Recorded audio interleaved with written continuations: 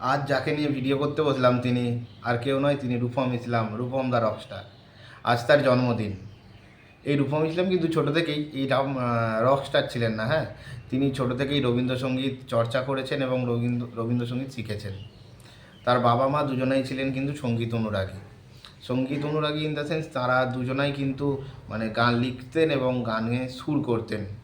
এতটাই মানে সঙ্গীত পরিবার থেকেই রূপম ইসলামের জন্ম বলা ভালো। তিনি ছোটোবেলায় যে স্কুলে গান শিখেছেন সেই স্কুলে কিন্তু বরাবরই প্রথম হয়েছেন। রূপম ইসলাম ছবিও আঁকতেন, মানে ছবিটাও কিন্তু সমানে খুব ভালোই আঁকতেন। তিনি অন্নদা শঙ্কর রায়ের যে সমস্ত ছড়াগুলো আছে সেগুলো সুর করে করে কিন্তু গান প্র্যাকটিস করতেন। মানে ছোটো থেকেই তিনি সঙ্গীতের সঙ্গেই যুক্ত ছিলেন।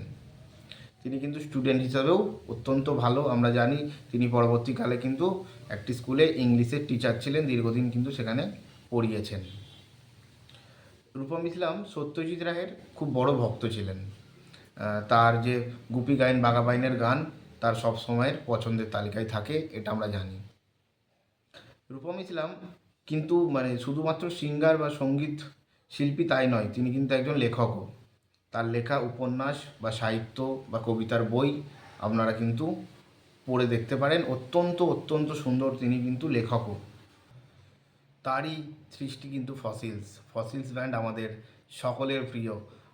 মানে আমাদের জেনারেশান ফসিলসের যে কোন লেভেলের ভক্ত সেটা বলার অপেক্ষা রাখে না।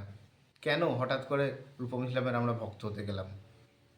এত তো সুন্দর সুন্দর সিঙ্গার আছে, সবাইকার এত সুন্দর সুন্দর গান, তার মাঝে রূপম ইসলামকে কেন বেছে নেওয়া?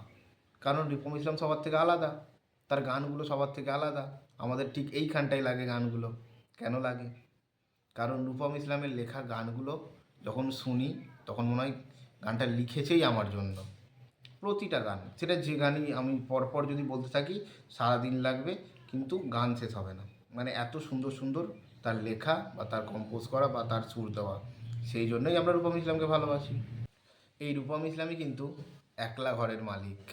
এই রূপম ইসলাম কিন্তু নীল রঙের জাদুকর। তিনি কিন্তু অ্যাসিডের গবেষক, হাসমুহানার মালিক। তার গাওয়া একাধিক গান মানে যেটাই বলবো সেটাই, কোনোটাই কমা নয়। তিনিই কিন্তু বেঁচে থাকার গান আমাদের শিখিয়েছেন।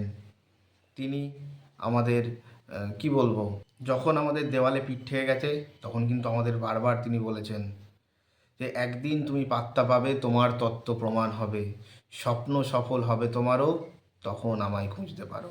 এই ধরনের লিরিক্স মানে খুব কম গানেই পাওয়া যায়। তিনি কিন্তু বারবার বলেছেন জীবন চলছে না আর সোজা পথে, দেখো আজও হাসি কোনো মতে, বেঁচে গেছি বলি হতে হতে। এই সমস্ত গানের লিরিক্স মানে রূপম ইসলামের গান নিয়ে বলতে গেলে সারা দিন শেষ হয়ে যাবে। যাই হোক, ভিডিও বেশি বড় করব না, শুধু এটুকুনি বলবো শুভ জন্মদিন রূপম দা। এইভাবেই ভালো থেকো, ভালো ভালো গান আমাদের শোনাও, ভালো ভালো গান আমাদের উপহার দাও। আমরা ফসিলস প্রেমী, সবসময় তোমার সাথে আছি, তোমার পাশে আছি। ভালো থেকো, সব সময় ভালো থেকো, সবাইকে ভালো রেখো।